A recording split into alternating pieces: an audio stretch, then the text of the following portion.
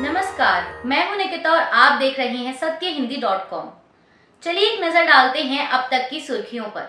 NDA ने बुधवार को नए संसद भवन के उद्घाटन का बहिष्कार करने के विपक्ष के फैसले को अपमानजनक बताया है। एनडीए ने अपने एक आधिकारिक बयान में कहा कि हम एनडीए के अधोहस्ताक्षरी दल 28 मई रविवार को निर्धारित नए संसद भवन के उद्घाटन का बहिष्कार करने के लिए 19 राजनीतिक दलों के अवमाननापूर्ण निर्णय की निंदा करते हैं।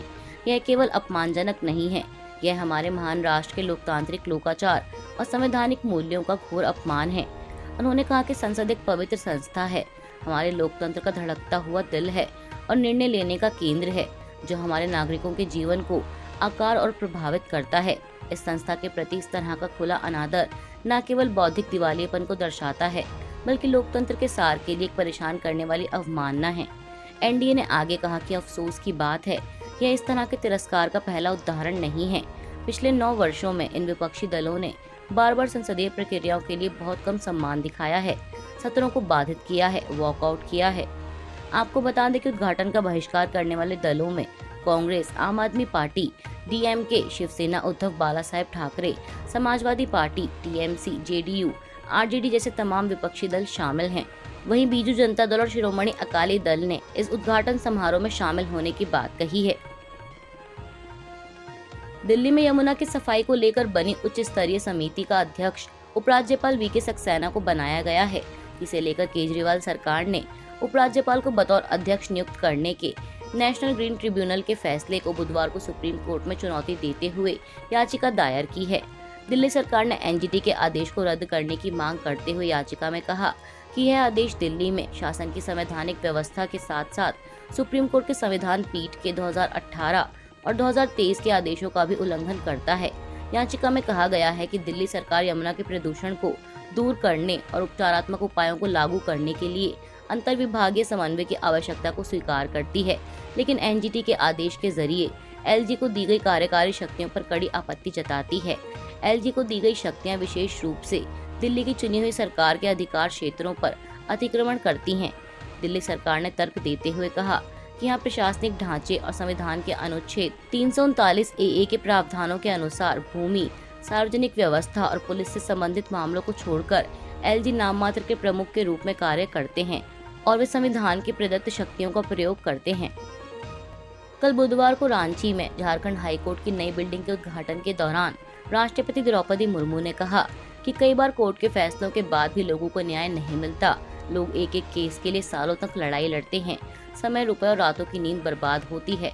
कुछ मामले हाई कोर्ट में फाइनल होते हैं, कुछ मामलों में सुप्रीम कोर्ट में आखिरी फैसला होता है।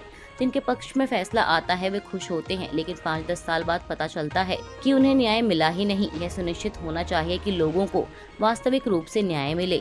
यह कैसे होगा, इसका रास्ता मुझे नहीं मालूम। सुप्रीम कोर्ट के चीफ जस्टिस, कानून मंत्री, जज, वकील सब मिलकर इसका रास्ता निकालें। उन्होंने आगे कहा कि मैं गाँव में एक ऐसी समिति से जुड़ी थी जो यह देखती थी कि कोर्ट के फैसले के बाद परिवार किस हाल में है।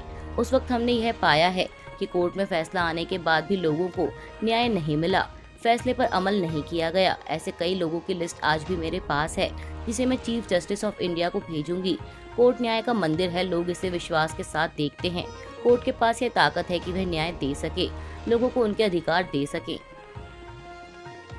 मणिपुर से एक बार फिर हिंसा भड़कने की खबरें सामने आ रही हैं। बुधवार को बिष्णुपुर में भड़की हिंसा में एक व्यक्ति की मौत हो गई, जिसे देखते हुए बिष्णुपुर, इम्फाल ईस्ट, इम्फाल वेस्ट और जिरीबम जिले में बिना कोई रियायत दिए कर्फ्यू लगा दिया गया है। बता दें कि बुधवार सुबह बिष्णुपुर जिले में संदिग्ध मिलिटेंट्स ने गोली चला दी थी, जिसमें 2 लोग घायल हो गए थे। इनमें से एक व्यक्ति की मौत हो गई है।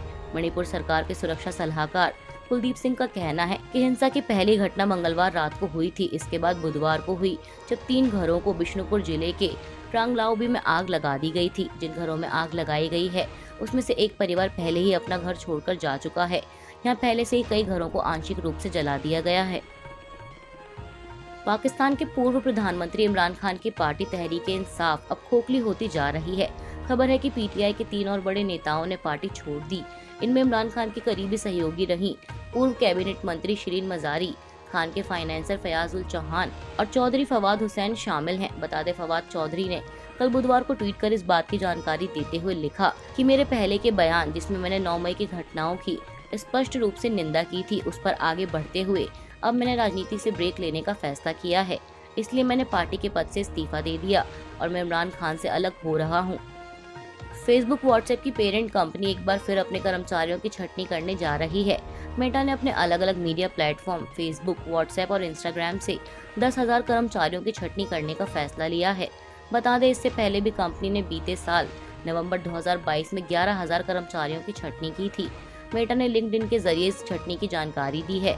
साथ ही बता दें कि वैश्विक आर्थिक संकट, बढ़ती ब्याज दरें और रेगुलेटरी चुनौतियों के मद्देनजर अल्फाबेट, अमेजॉन, माइक्रोसॉफ्ट और ट्विटर जैसी कंपनियों ने भी हाल के दिनों में ही अपने कर्मचारियों की बड़े पैमाने पर छटनी की है।